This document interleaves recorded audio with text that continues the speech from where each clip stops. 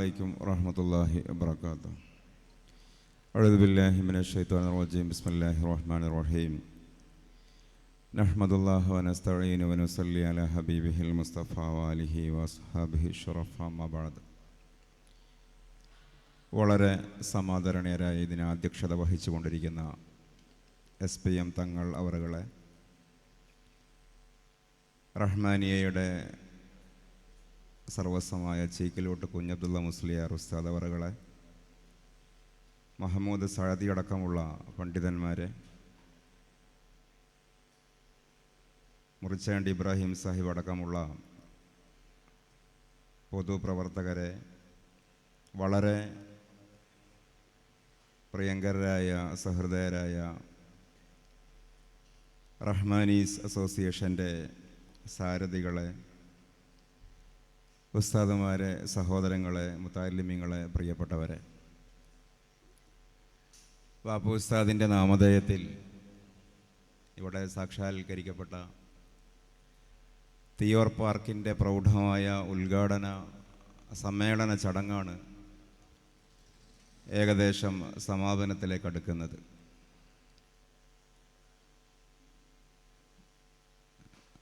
റഹ്മാനിയ എന്ന സ്ഥാപനത്തിൻ്റെ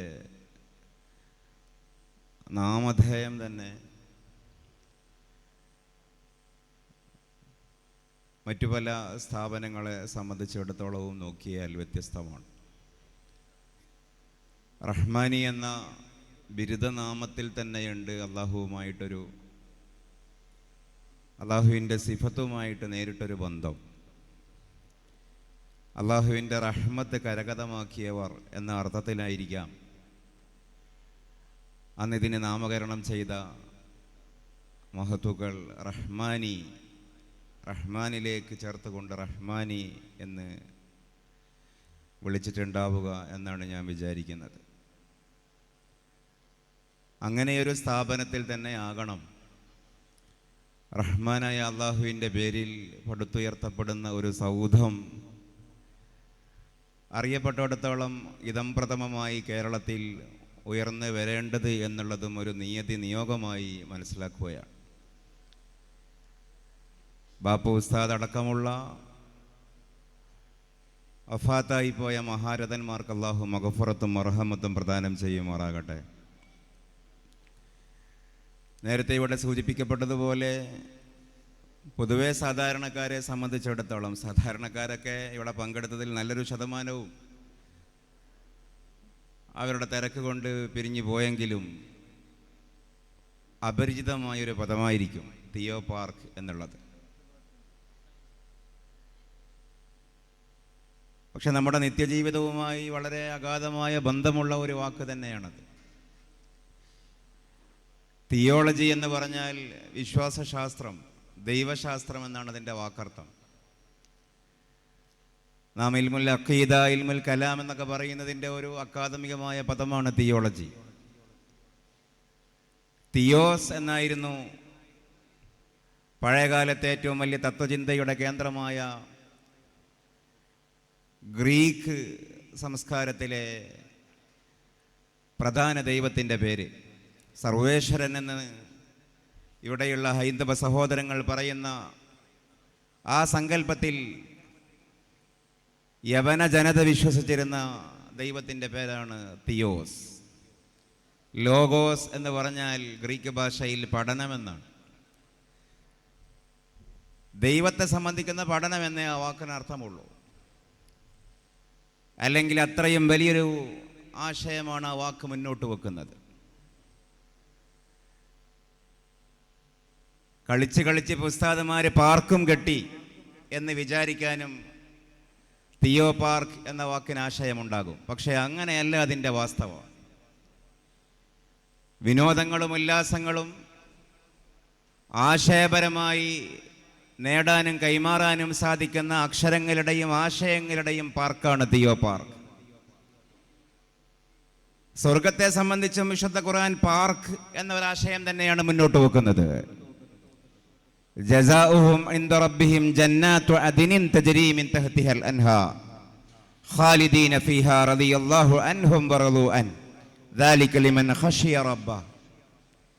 അല്ലാഹുവിൻ്റെ അരികിൽ അവർക്കുള്ള പ്രതിഫലം ജന്നാത്തു അദിനിൻ, അദിൻ എന്ന് പറയുന്ന അദിൻ പാർക്കാണ്. അടിഭാഗത്തിലൂടെ അരുവികൾ ഒഴുകുന്ന ആരാമ ഭംഗിയാണ് ഈ അദിൻ പാർക്ക്. അതിലവർക്ക് പൗരത്വമുണ്ട്. ഖാലിദീന ഫിഹാ, ശാശ്വതവാസികളായിരിക്കും അവർ. അഭയാർത്ഥികളോ അതിഥികളായിരിക്കില്ല സ്വർഗത്തിൽ വിശ്വാസികൾ. അവർക്ക് അല്ലാഹു മതി, അല്ലാഹുവിന് അവരും മതി. അല്ലാഹുവിന് വിധേയപ്പെട്ടവർക്കുള്ള പ്രതിഫലം അത്രേ അത് എന്ന് വിശുദ്ധ ഖുർആൻ മുന്നോട്ട് വെക്കുന്ന ആശയത്തിലുമുണ്ടൊരു പാർക്ക്. കാലത്തോട് സംസാരിക്കാനും കാലത്തിൻ്റെ ആവശ്യം പരിഹരിക്കാനും കേവലം താത്വികമായിട്ടുള്ള ആശയപ്രചരണങ്ങൾ നടത്താനുമുള്ള ഒരു കേന്ദ്രം മാത്രമല്ല തിയോ പാർക്ക് എന്ന് പറയുന്നത്. ലോകാടിസ്ഥാനത്തിൽ തന്നെ ഈ ആശയം ഇന്ന് വളരെ സ്വീകാര്യമായി വരികയാണ്. ഞാൻ കാട് കയറി പ്രസംഗിക്കാൻ ആഗ്രഹിക്കുന്നില്ല. കേവലം ഏതെങ്കിലും ഒരു അല്ലെങ്കിൽ ചില്ലറ പ്രതിപക്ഷങ്ങളെ മനസ്സിൽ കണ്ട് അവർക്ക് മറുപടി പറയാൻ വേണ്ടി ഒരുങ്ങി തയ്യാറായി നിൽക്കേണ്ടവരല്ല മുസ്ലിങ്ങൾ. നാം മറുപടി പറയുന്ന മറുപടി ഉൽപാദന കേന്ദ്രങ്ങളോ യന്ത്രങ്ങളോ അല്ല മുസ്ലിം ധൈഷണിക വിഭവ കേന്ദ്രങ്ങൾ. അങ്ങനെ ആവാനും പാടില്ല. സ്വന്തമായി അജണ്ടകളുള്ളവരായിരുന്നു എന്നും മുസ്ലിം ഉലമാക്കൾ. മറ്റുള്ളവരാൽ അജണ്ട തീരുമാനിക്കപ്പെടുക എന്ന് പറയുന്നത് ആശയപരമായ ഒരു ദൈന്യതയാണ്, ഒരു ദാരിദ്ര്യമാണ്. നമുക്ക് സ്വന്തമായി ആശയങ്ങളുണ്ട്, സ്വന്തമായ അജണ്ടകളുണ്ട്. ഇസ്ലാം എന്ന് പറയുന്ന തത്വസംഹിതക്ക് അതിൻ്റെതായ സൗന്ദര്യങ്ങളുണ്ട്. നേരത്തെ ഇവിടെ സ്വാഗത പ്രസംഗം നടത്തിയ റഹ്മാനി ഉസ്താദ് സൂചിപ്പിച്ചു, വിശുദ്ധ പ്രവാചക തിരുമേനി സല്ലല്ലാഹു അലൈഹി വസല്ലമയുടെ ജീവിതത്തിന്റെ പ്രബോധനത്തിന്റെ ആദ്യഘട്ടത്തെ സംബന്ധിച്ച് വിശ്വാസത്തെ രൂഢമൂലമാക്കുവാനും സ്ഥാപിക്കുവാനുമുള്ള ഘട്ടമായിരുന്നു ആ സന്ദർഭം. അവിടെ ഇസ്ലാമിന്റെ പണ്ഡിതന്മാർ അവിടെ ചർച്ച ചെയ്തൊരു വിഷയമുണ്ട്.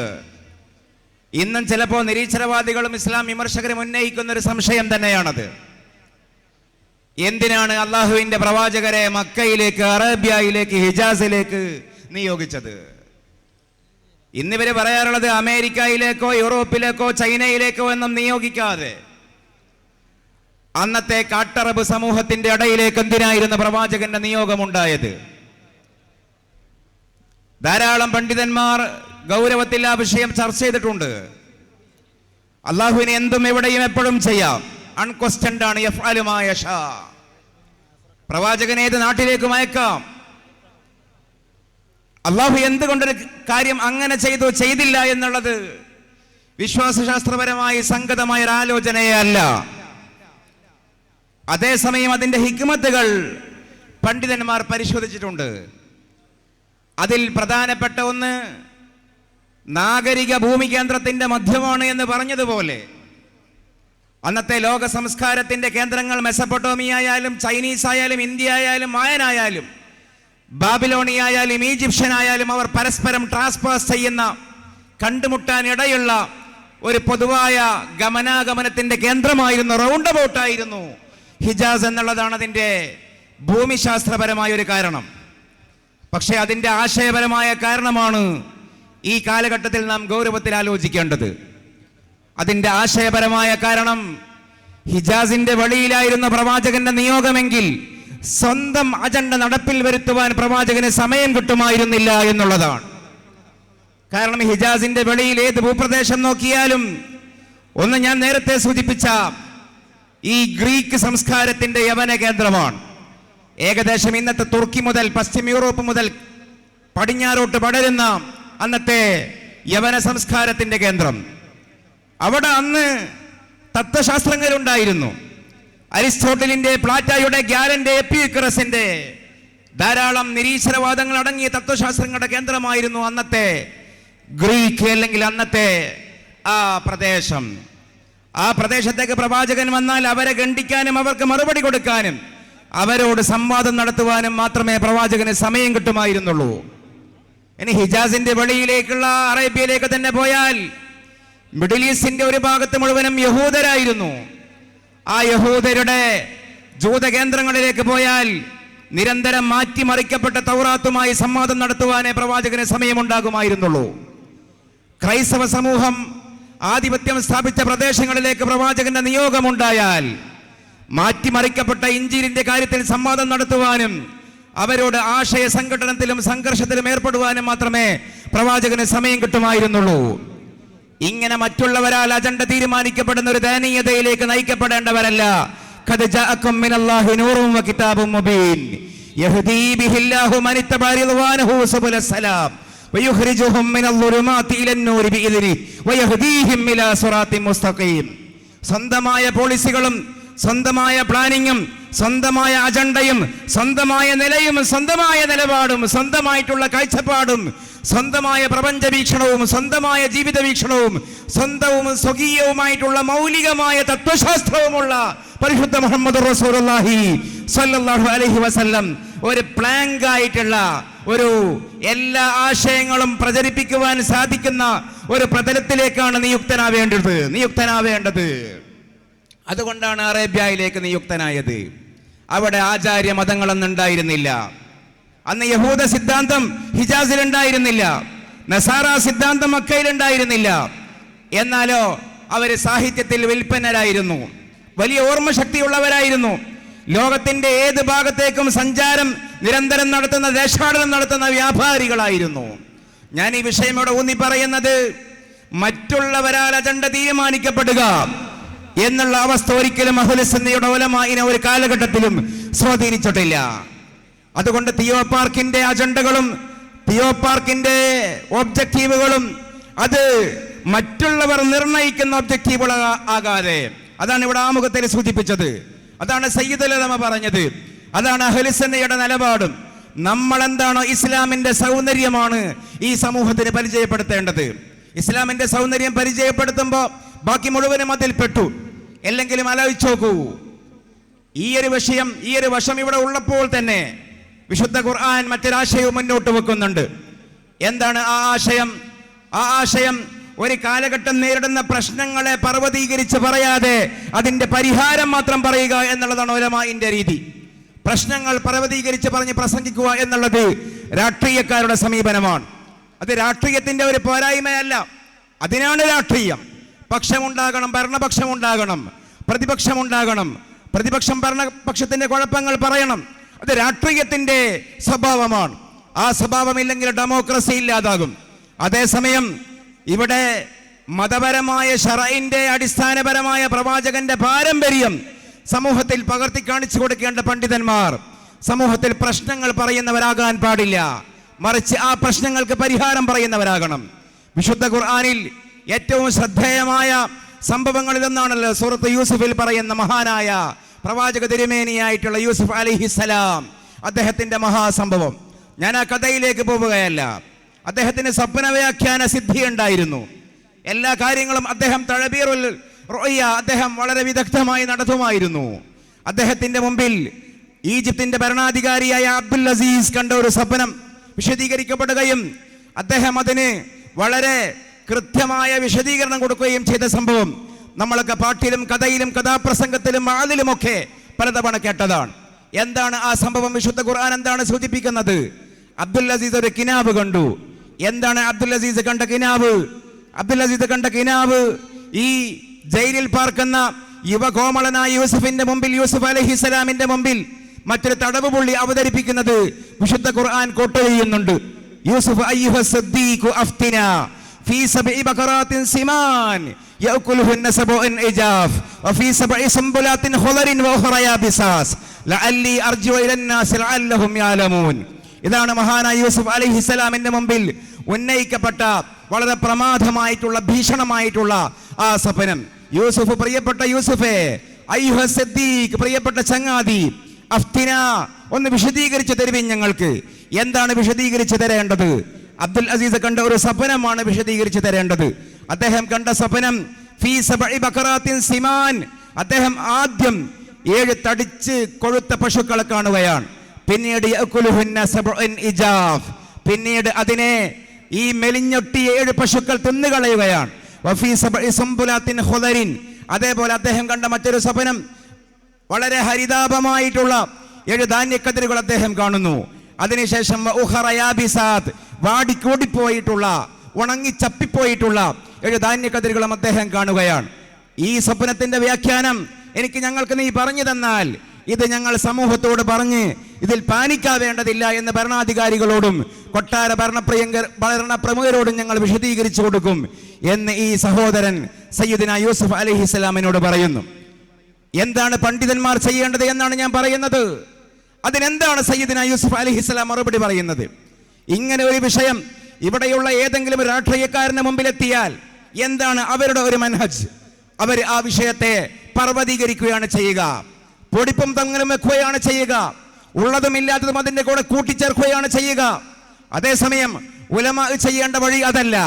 ഉലമാ ആ പ്രശ്നം അപ്പാടെ തൃണവത്ഗണിക്കുകയല്ല, മറിച്ച് അത് കൂടുതൽ അവതരിപ്പിച്ചുകൊണ്ട് സമൂഹത്തെ പാനിക്കാക്കാതെ യൂസുഫ് അലൈഹിസ്സലാം അവിടെ പ്രയോഗിച്ച ഒരു ഡിപ്ലോമസി ഉണ്ട്.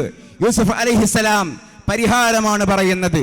ഇതോ പ്രശ്നം, എന്തിന് ബേജാറാകണം? ഇതൊരു വലിയ വിഷയമേ അല്ല. നിങ്ങൾ ഇത്ര ചെയ്താൽ മതി.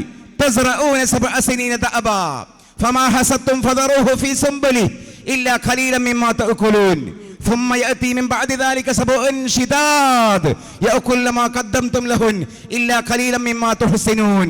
കാരണം ثم يأتي من بعد ذلك عام فيه يغاث الناس وفيه يعصرون قال الله عز وجل. ഇതാണ് തിയോ പാർക്കിന്റെ മനഹജ്. യൂസുഫ് അലൈഹിസ്സലാം പറയുകയാണ്, സമൂഹം നിങ്ങൾ എന്തിന് പേടിക്കണം, വിശ്വാസികളെ നിങ്ങൾ എന്തിന് പേടിക്കണം എന്ന അതേ ടോണിൽ യൂസുഫ് അലൈഹിസ്സലാം പറയുകയാണ്, ഇതൊരു വലിയ വിഷയമല്ല. തസ്റഊന സബ്അ സിനീന തഅബാ, നിങ്ങളൊരു കാര്യം ചെയ്യൂ, 7 കൊല്ലം തുടർച്ചയായി കൃഷി ചെയ്യൂ, ഗോതമ്പ് കൃഷി ചെയ്യൂ. എന്നിട്ട് ഫമാ ഹസത്തും, അങ്ങനെ കൃഷി ചെയ്തിട്ട് വിളവെടുക്കുന്ന ആ ധാന്യങ്ങളുണ്ടല്ലോ, ഫദറൂഹു ഫീ സുംബുലിഹി, അതിന്റെ തൊലി ഉരിയാതെ ഉമി കളയാതെ അതിനെ നിങ്ങൾ ചാക്കിൽ കെട്ടി സൂക്ഷിക്കണം. മുഴുവനും നിങ്ങൾ ചാക്കിൽ കെട്ടി സൂക്ഷിക്കേണ്ടതില്ല, ഗോഡൌണിൽ പത്തായത്തിൽ സൂക്ഷിക്കേണ്ടതില്ല. ഇല്ല ഖലീലൻ മിമ്മാ തഅകുലൂൻ, നിങ്ങൾക്ക് തിന്നാൻ ആവശ്യമായിട്ടുള്ള കുറച്ച് മാത്രം ബാക്കി വെക്കുക. കാരണം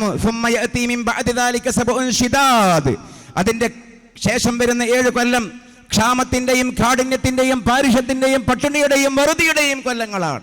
ആ കാലഘട്ടത്തിൽ നിങ്ങൾക്ക് ജീവിതം സാധ്യമാകണമെങ്കിൽ നിങ്ങൾ നേരത്തെ പത്തായത്തിൽ വെച്ച, നേരത്തെ ചാക്കിൽ കെട്ടിവെച്ച, നേരത്തെ ഗോഡൌണിൽ കെട്ടിവെച്ചിട്ടുള്ള ആ ഗോതമ്പ് നിങ്ങൾ സമൂഹത്തിൽ നീതിപൂർവം റേഷനിങ് ചെയ്യണം.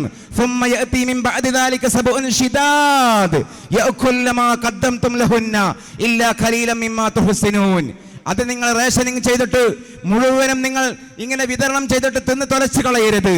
അതിൽ കുറച്ച് നിങ്ങൾ വിത്താക്കാൻ വേണ്ടി വീണ്ടും നിങ്ങൾ ചാക്കിൽ കെട്ടിവെക്കണം. ഇല്ല ഖലീലൻ മിമ്മാ തുഹ്സിനൂൻ, നിങ്ങൾ സൂക്ഷിക്കുന്ന സ്വല്പം അവിടെ ബാക്കി വെക്കണം.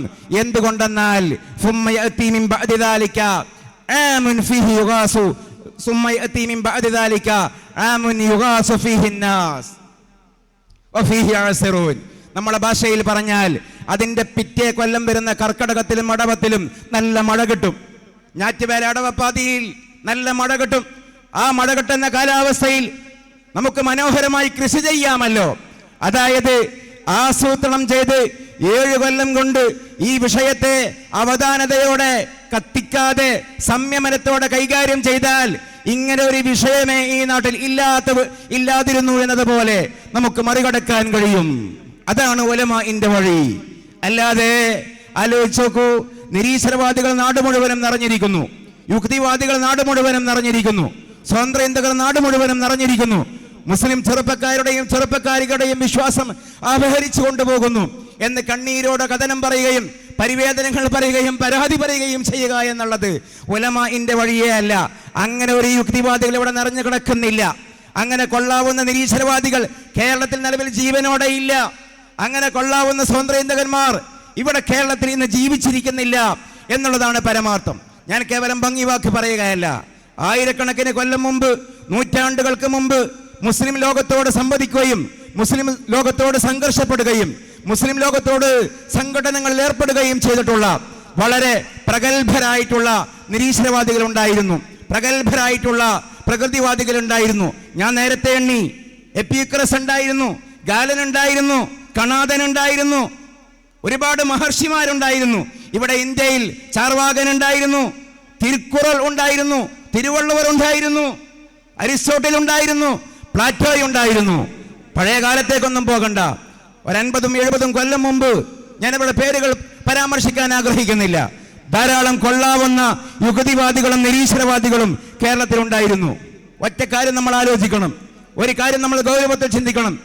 ഫിലോസഫിയുടെയും സയൻസിന്റെയും അടിസ്ഥാനപരമായ മീമാംസകൾ, അടിസ്ഥാനപരമായിട്ടുള്ള തത്വങ്ങൾ മുൻനിർത്തിക്കൊണ്ട് ഇസ്ലാമും നിരീശ്വരവാദവും എന്ന വിഷയത്തിൽ സംസാരിക്കാൻ പറ്റിയ ഒരു നിരീശ്വരവാദിയെ നിങ്ങൾക്ക് മഷിയിട്ടാൽ പോലും ഇവിടെ കിട്ടില്ല എന്നുള്ളതാണ് പരമാർത്ഥം. ഒരു യുക്തിവാദിയെയും നിങ്ങൾക്ക് കിട്ടില്ല, നമുക്ക് കിട്ടില്ല. കാരണം ആശയപരമായി, ആദർശപരമായി എന്താണ് നിരീശ്വരത്വം, എന്താണ് നാസ്തികത, എന്താണ് യുക്തിവാദം, എന്താണ് ആശയവാദം, എന്താണ് അനുഭവവാദം, ഇതൊന്നും അറിയുന്നവരല്ല ഈ കാലഘട്ടത്തിലെ നിരീശ്വരവാദികൾ. അവർക്കാകെയിൽ അറിയുന്നത് ഇസ്ലാം വിമർശം മാത്രമാണ്. അവർക്കാകെയിൽ അറിയുന്നത് സ്വന്തം ആശയം എന്താണെന്ന് പോലും അറിയാതെ ഖുർആൻ വിമർശനമാണ്. ഇങ്ങനെയുള്ള കേവലം വളരെ വളരെ വളരെ ലോലമായ, വളരെ നിസാരമായ, വളരെ ദുർബലമായിട്ടുള്ള നിഴൽ അല്ലെങ്കിൽ ഇങ്ങനെയുള്ള ഓലപ്പാമ്പുകളെ കണ്ടുകൊണ്ട് ഐഡിയോളജിയും പദ്ധതിയും ആവിഷ്കരിക്കേണ്ടവരല്ല നാം. ഞാൻ ഇതിന്റെ ഒരു പ്രസക്തി ഒട്ടും ചെറുതാക്കുകയല്ല. അതേസമയം അതിന്റെ മീതയാണ് തിയോളജി, അതേസമയം അതിന്റെ മീതയാണ് നമ്മുടെ ലോകമുള്ളത്. അതുകൊണ്ടാണ് ഞാൻ ഇതിന്റെ ഒരു അന്താരാഷ്ട്ര പതിപ്പുകളെ കൂടി നമ്മൾ ആലോചിക്കേണ്ടത് എന്ന് പറയാൻ കാരണം, ലോകത്തിന് ഏറ്റവും കൂടുതൽ സജീവമായി ചർച്ച ചെയ്യപ്പെട്ടുകൊണ്ടിരിക്കുന്ന 2 പദമുണ്ട്. ഒരു പദം ഗ്രീൻ തിയോളജി എന്ന് പറയുന്ന ഒരു വാക്കാണ്, മറ്റൊരു വാക്ക് എക്കോ സ്പിരിച്വാലിറ്റി എന്ന് പറയുന്ന ഒരു വാക്കാണ്. എന്താണ് ഗ്രീൻ തിയോളജി? പരിശുദ്ധ ഇസ്ലാമിന്റെയും പരിശുദ്ധ പ്രവാചകന്റെയും പരിശുദ്ധ റബ്ബിന്റെയും തത്വശാസ്ത്രങ്ങൾ. ആ തത്വശാസ്ത്രം എന്ന് പറയുന്നത് ഏതെങ്കിലും പരിശുദ്ധ ഇസ്ലാമിന്റെയും ഇസ്ലാം അല്ലാത്ത മതങ്ങളുടെയും ഏറ്റവും പ്രധാനപ്പെട്ട ഒരു വ്യത്യാസം എവിടെയാണ് കിടക്കുന്നത് എന്ന് ചോദിച്ചാൽ, ഇസ്ലാം എന്ന് പറയുന്നത് ജീവിതഗന്ധിയായ ഒരു മതമാണ്. കേവലം കടലാസിലെ തത്വങ്ങളല്ല ഇസ്ലാം, ചോദ്യോത്തര പരിപാടിയല്ല ഇസ്ലാം. ഇസ്ലാം എന്ന് പറയുന്നത് ഒരു ലൈഫ് മിഷനറിയാണ്. ഇസ്ലാം എന്ന് പറയുന്നത് ഒരു പ്രപഞ്ച വീക്ഷണമാണ്. ഇസ്ലാം എന്ന് പറയുന്നത് ദൈനംദിന ജീവിതത്തിലെ, നിത്യജീവിതത്തിലെ ഉറക്കം മുതൽ ഉറക്കം വരെ നീണ്ടുകിടക്കുന്ന, ജനമൃതികളെ വ്യാപരിച്ച് കിടക്കുന്ന, ജനനമാണെങ്കിലും വിവാഹമാണെങ്കിലും മരണമാണെങ്കിലും ജീവിതത്തിന്റെ ആദ്യ മധ്യാന്തങ്ങളെ മുഴുവനും ചൂഴ്ന്നു നിൽക്കുന്ന സൂക്ഷ്മമായിട്ടുള്ളൊരു ദർശനമാണ് പരിശുദ്ധ ഇസ്ലാം. ആ പരിശുദ്ധ ഇസ്ലാമിൽ വ്യാപാരമുണ്ട്, ആ പരിശുദ്ധ ഇസ്ലാമിൽ കൃഷിവേലയുണ്ട്, ആ പരിശുദ്ധ ഇസ്ലാമിൽ അധ്യാപനമുണ്ട്, ആ പരിശുദ്ധ ഇസ്ലാമിൽ രാഷ്ട്രീയമുണ്ട്, ആ പരിശുദ്ധ ഇസ്ലാമിൽ ജീവകാരുണ്യ പ്രവർത്തനമുണ്ട്.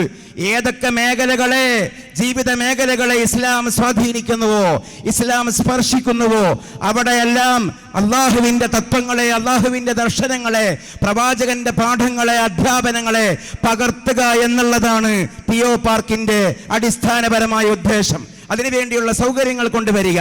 അതുകൊണ്ടാണ് ഞാൻ ഗ്രീൻ തിയോളജി എന്നൊരു വാക്ക്, 100,000 ചർച്ചകളുണ്ട്, അതിനൊരു വാക്ക് നോക്കൂ, ജൈവ കൃഷി സമൂഹത്തിൽ വ്യാപിപ്പിക്കുക.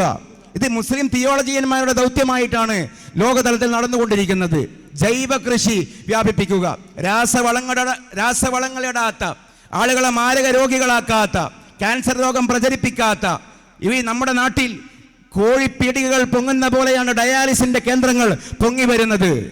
ക്യാൻസറിന്റെ കേന്ദ്രങ്ങൾ പൊങ്ങി വരുന്നത് അനാദി കടകൾ പൊങ്ങി വരുന്ന പോലെയാണ്. കഴിക്കുന്ന ഭക്ഷണങ്ങളിൽ മുഴുവനും മായമാണ്, കെമിക്കൽ ഫുഡ്സാണ്. ഇങ്ങനെയുള്ള കെമിക്കൽ ഭക്ഷണ രീതികളിൽ നിന്ന്, ജീവിതശൈലി രോഗങ്ങളിൽ നിന്ന്, ഡയബറ്റിക് പ്രോബ്ലംസിൽ നിന്ന് സമൂഹത്തെ രക്ഷിക്കുന്ന വിധം ലോങ് ടേം പദ്ധതി നടപ്പിൽ വരുത്തിക്കൊണ്ട് പൂർണ്ണമായും ജന്യനായ, ജൈവികമായ, മൗലികമായ, പ്രകൃതിദത്തമായിട്ടുള്ള കൃഷിവിളകൾ നൽകുക എന്നുള്ളത് പോലും ഈ പദ്ധതിയുടെ ചുവട്ടിൽ വരും. ഒരിക്കലും രാസവളം പ്രയോഗിക്കപ്പെടാത്ത നേന്ത്രവാഴയുടെ കന്നുകൾ വിതരണം ചെയ്യുക എന്നുള്ളത്, സങ്കര ഇനം വിത്തുകൾ വിതരണം ചെയ്തുകൊണ്ട് തേങ്ങയുടെ അതിൻ്റെ മൗലികത നഷ്ടപ്പെടുത്തിയിട്ട്, നാളികേരത്തിന്റെ വിശുദ്ധി നഷ്ടപ്പെടുത്തിയിട്ട്, അതിനെ കളങ്കപ്പെടുത്താതെ മലയാള തനിമയുള്ള നാളികേരത്തിന്റെ തൈകൾ വിതരണം ചെയ്യുക എന്നുള്ളത് ഇതിന്റെ പദ്ധതിയിൽ വരുന്നതാണ്. ഞാൻ കാട് കയറി സംസാരിക്കുകയല്ല, ഇതാണ് ഗ്രീൻ തിയോളജി. ജനങ്ങളുമായിട്ട്, സമൂഹത്തിന് ബന്ധപ്പെടുന്ന ജീവിതഗന്ധിയായിട്ടുള്ള ആശയങ്ങൾ. ഒരു തലം മാത്രം സൂചിപ്പിച്ചു എന്ന് മാത്രം. സ്പിരിച്വാലിറ്റിയെ സംബന്ധിച്ച് മനുഷ്യനെ ഏകോപിപ്പിക്കുന്ന തത്വശാസ്ത്രങ്ങൾ നമ്മുടെ നാട്ടിൽ വ്യാപകമാകേണ്ടതുണ്ട്. ആ തത്വശാസ്ത്രം ഈ തിയോളജിയുടെ പരിധിയിൽ വരുന്നതാണ്. നാട് കാടാൻ ഇറങ്ങുക എന്നുള്ളത്. പുതിയ കാലത്ത് ആളുകൾ മുഴുവനും ടൂർ പോവുകയാണ്, തലങ്ങും മലങ്ങും പോവുകയാണ്. എന്താണ് കാണേണ്ടത് എന്നറിയാതെ, നേരത്തെ തങ്ങൾ ഉസ്താദ് സൂചിപ്പിച്ചതുപോലെ കാണാൻ പറ്റുന്നത് കാണാതിരിക്കേണ്ടത് കാണുകയും ചെയ്യുന്ന സ്ഥിതിയുണ്ട്. പോകേണ്ടിടങ്ങളിൽ പോകാതിരിക്കുകയും പോവാൻ പാടില്ലാത്തിടങ്ങളിൽ നിത്യസന്ദർശകരാകുകയും ചെയ്യുന്ന സ്ഥിതിയുണ്ട്. നോ പറയേണ്ടതിനോട് യെസ് പറയുകയും യെസ് പറയേണ്ടതിനോട് നോ പറയുകയും ചെയ്യുന്ന അട്ടിമറിഞ്ഞ ദുസ്ഥിതിയുണ്ട്. പല നാടുകളിലും ഇപ്പൊ കാണാം പുതിയൊരു പ്രവണത.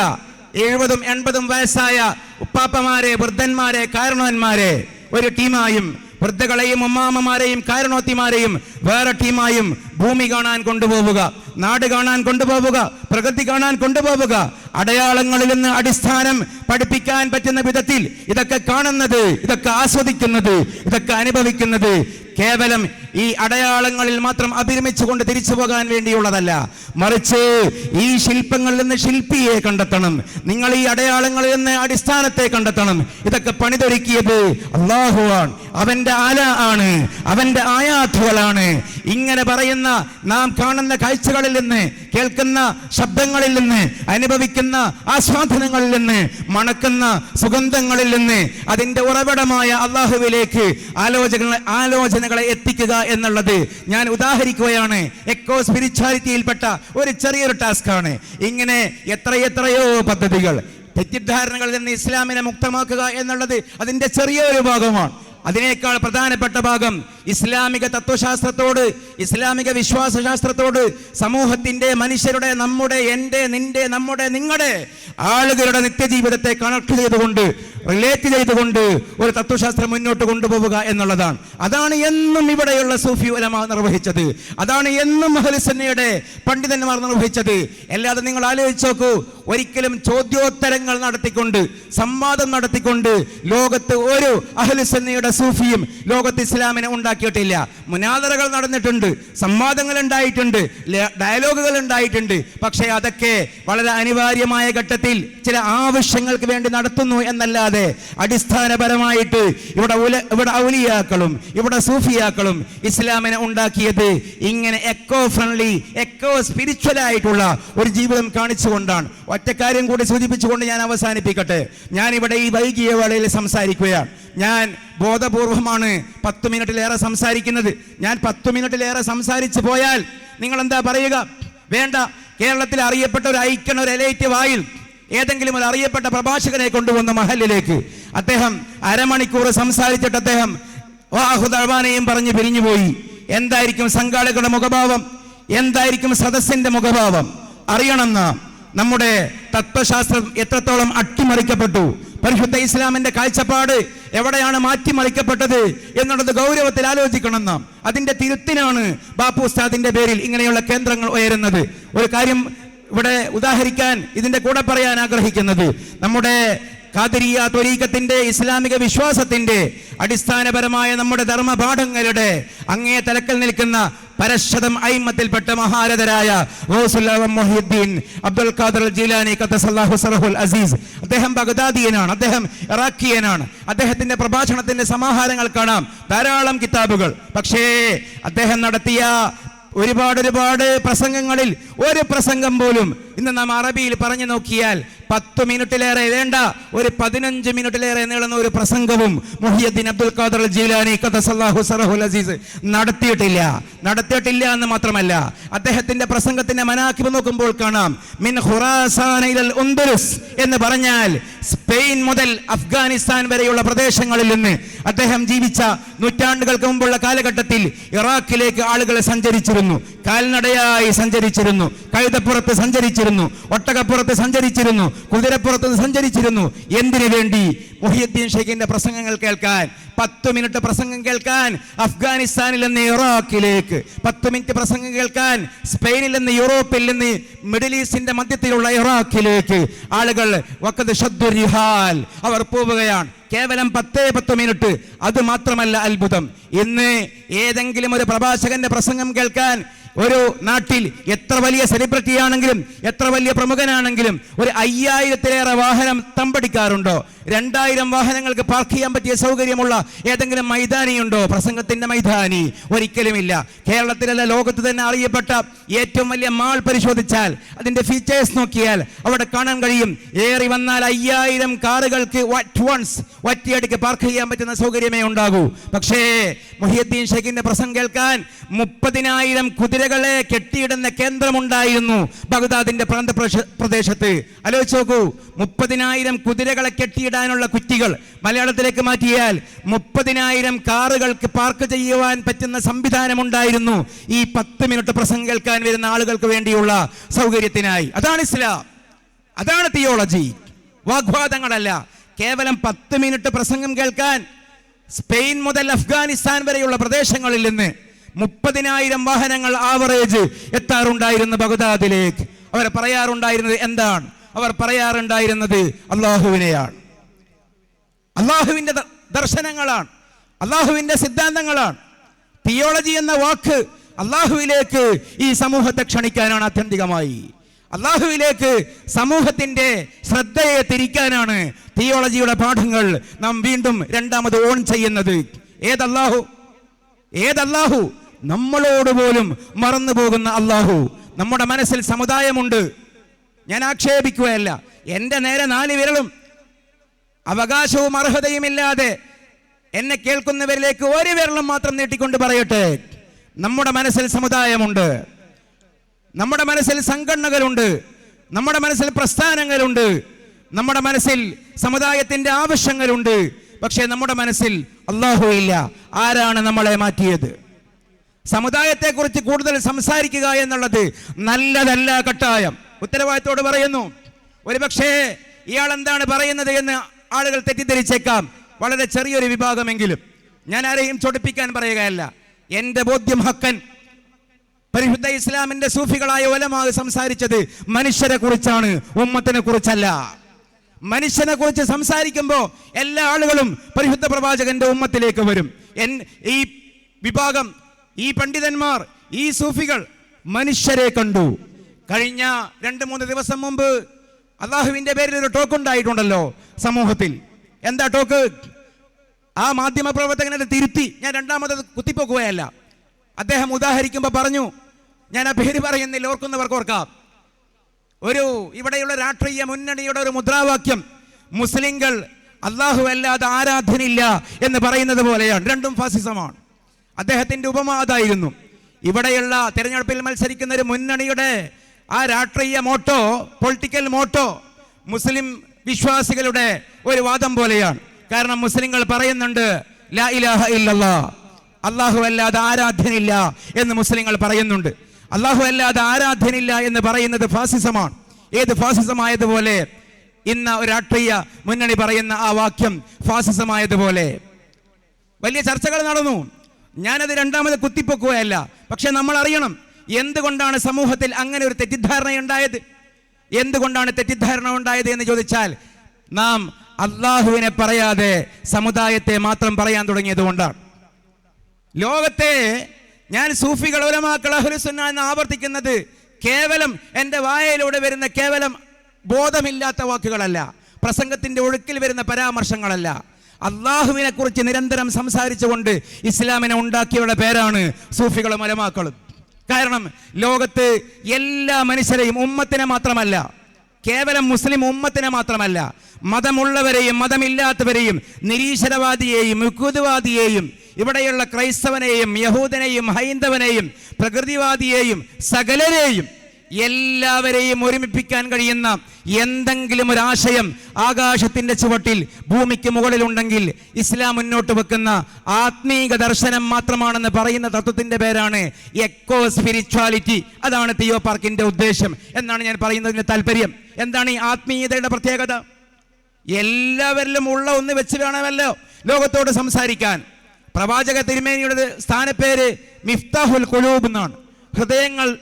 ഹൃദയങ്ങളുടെ പൂട്ട് തുറന്ന ചാവി. ഇവിടെ നേരത്തെ ഉസ്താദ് ദുആ ചെയ്യുമ്പോൾ ഒരു വാക്ക് പറഞ്ഞല്ലോ, പൂട്ടിക്കിടക്കുന്നതിനെ തുറക്കണമേ. അപ്പോഴാണ് എനിക്ക് ഈ വാക്യം, ഈ കാര്യം ഓർമ്മ വന്നത്. പ്രവാചകന്റെ ഒരു സ്ഥാനപ്പേര് തന്നെ മിഫ്താഹുൽ ഖുലൂബ് എന്നാണ്. എങ്ങനെയാണ് പൂട്ടിക്കിടന്ന ഹൃദയങ്ങളെ പ്രവാചകൻ തുറന്നത്? പ്രവാചകന്റെ തത്വശാസ്ത്രം ആത്മീക തത്വശാസ്ത്രമായിരുന്നു. എന്താണ് ഈ ആത്മീയത? എന്താണ് ഈ സ്പിരിച്വാലിറ്റി? ഒരു വരണ്ട സിദ്ധാന്തമല്ല. അതുകൊണ്ടാണ് ഞാൻ പറയുന്നത്, ലോകത്തുള്ള എല്ലാവരെയും ഏകോപിപ്പിക്കുന്ന ഏക തത്വം ആത്മീയതയാണെന്ന് പറയുമ്പോൾ അതിൻ്റെ ആശയം എന്താ? അതിൻ്റെ ആശയം എല്ലാവരിലും ഉള്ള ഒരു കാര്യം മുൻനിർത്തിക്കൊണ്ടാണ് പ്രവാചകന്മാർ സംസാരിച്ചത്. എൻ്റെ ഉള്ളിലും എൻ്റെ ഭാര്യയുടെ ഉള്ളിലും ആണുങ്ങളുടെ ഉള്ളിലും പെണ്ണുങ്ങളുടെ ഉള്ളിലും ഇന്ത്യക്കാരൻ്റെ ഉള്ളിലും ചൈനക്കാരൻ്റെ ഉള്ളിലും അലസ്കാക്കാരൻ്റെ ഉള്ളിലും സൈബീരിയക്കാരൻ്റെ ഉള്ളിലും ചാടുകാരൻ്റെ ഉള്ളിലും 1-ാം നൂറ്റാണ്ടുകാരൻ്റെ ഉള്ളിലും 21-ാം നൂറ്റാണ്ടുകാരൻ്റെ ഉള്ളിലും എല്ലാവരുടെ ഉള്ളിലും അടിസ്ഥാനപരമായിട്ട് മനുഷ്യനാണെങ്കിൽ ഒറ്റൊരു സാധനമേ അള്ളാഹു പടച്ചിട്ടുള്ളൂ, അത് റൂഹാണ്. ബാക്കിയൊക്കെ വ്യത്യാസമാണ്. ഇവിടെ പുതിയ കാലത്തിന്റെ സിദ്ധാന്തം ഉണ്ടല്ലോ, ആണും പെണ്ണും ഒരുപോലെയാണെന്ന്. ജെൻഡർ ന്യൂട്രൽ ആർഗ്യുമെന്റുകൾ ശരിയല്ല. ആണുങ്ങളെ പോലെയല്ല പെണ്ണുങ്ങൾ, പെണ്ണുങ്ങളെ പോലെയല്ല ആണുങ്ങൾ. ഹോർമോൺ വ്യത്യാസമാണ്, ന്യൂറോൺസ് വ്യത്യാസമാണ്, ആരോഗ്യം വ്യത്യാസമാണ്, കായികമായി ഭിന്നമാണ്, ശാരീരികമായി ഭിന്നമാണ്, മെറ്റബോളിക്കലി ഭിന്നമാണ്, ഒക്കെ വ്യത്യാസമാണ്. അതേസമയം ആണുങ്ങളെയും പെണ്ണുങ്ങളെയും ഏകോപിപ്പിക്കുന്ന ഒറ്റ ഒരു സാധനമേ ഉള്ളൂ, റൂഹ് എന്ന് പറഞ്ഞാൽ പുരുഷൻ 2 റക്അത്ത് നിസ്കരിച്ചാൽ എന്ത് കൂലി കിട്ടുമോ അതേ പ്രതിഫലം പെണ്ണ് 2 റക്അത്ത് നിസ്കരിച്ചാലും കിട്ടും. ഒരു സ്ത്രീക്ക് അള്ളാഹുവിലേക്ക് അടുക്കാൻ എത്ര വേഗതയുണ്ടോ അത്ര വേഗതയെ ഒരു പുരുഷനും അടുക്കാനുള്ളൂ. ആണും പെണ്ണും ഒരുപോലെയാണ് ഒറ്റൊരു വിഷയത്തിൽ. ആത്മാവുണ്ട്, ആത്മീക ജീവിയാണ് എന്ന ഒറ്റ വിഷയത്തിൽ. ഇവിടെയുള്ള ഹൈന്ദവനും ഇവിടെയുള്ള മുസൽമാനും ഒരു വിഷയത്തിലെ ആശയപരമായി ഒരുപോലുള്ളൂ. ആരെന്ത് ഭംഗിവാക്ക് പറഞ്ഞാലും ഒറ്റ കാര്യത്തിലെ സമാനതയുള്ളൂ. ഇവിടെയുള്ള ഹൈന്ദവന്റെ ഉള്ളിലും മുസൽമാന്റെ ഉള്ളിലും ആത്മാവുണ്ട്. ഇവിടെയുള്ള ഹൈന്ദവന്റെ, ക്രൈസ്തവന്റെ, യഹൂദന്റെ, നിരീശ്വരവാദിയുടെ, കമ്മ്യൂണിസ്റ്റുകാരന്റെ, എയ്ത്തിസ്റ്റിന്റെ, ഇവിടെയുള്ള അഗ്നോയിസ്റ്റിന്റെ, ഏത് മനുഷ്യന്റെയും ഉള്ളിലുള്ള ഒരു സാധനം നമുക്കുള്ളിലുണ്ടെങ്കിൽ ആശയപരമായത് റൂഹാണ്. അതുകൊണ്ടാണ് 100 പേരെ കൊന്ന മനുഷ്യൻ അടുത്ത നിമിഷത്തിൽ ലോകത്തിന്റെ കുത്തുബായത്. എന്തുകൊണ്ടാണത്? ആ 100 പേരെ കൊന്ന മനുഷ്യന്റെ ഉള്ളിലുമുണ്ട് റൂഹ്.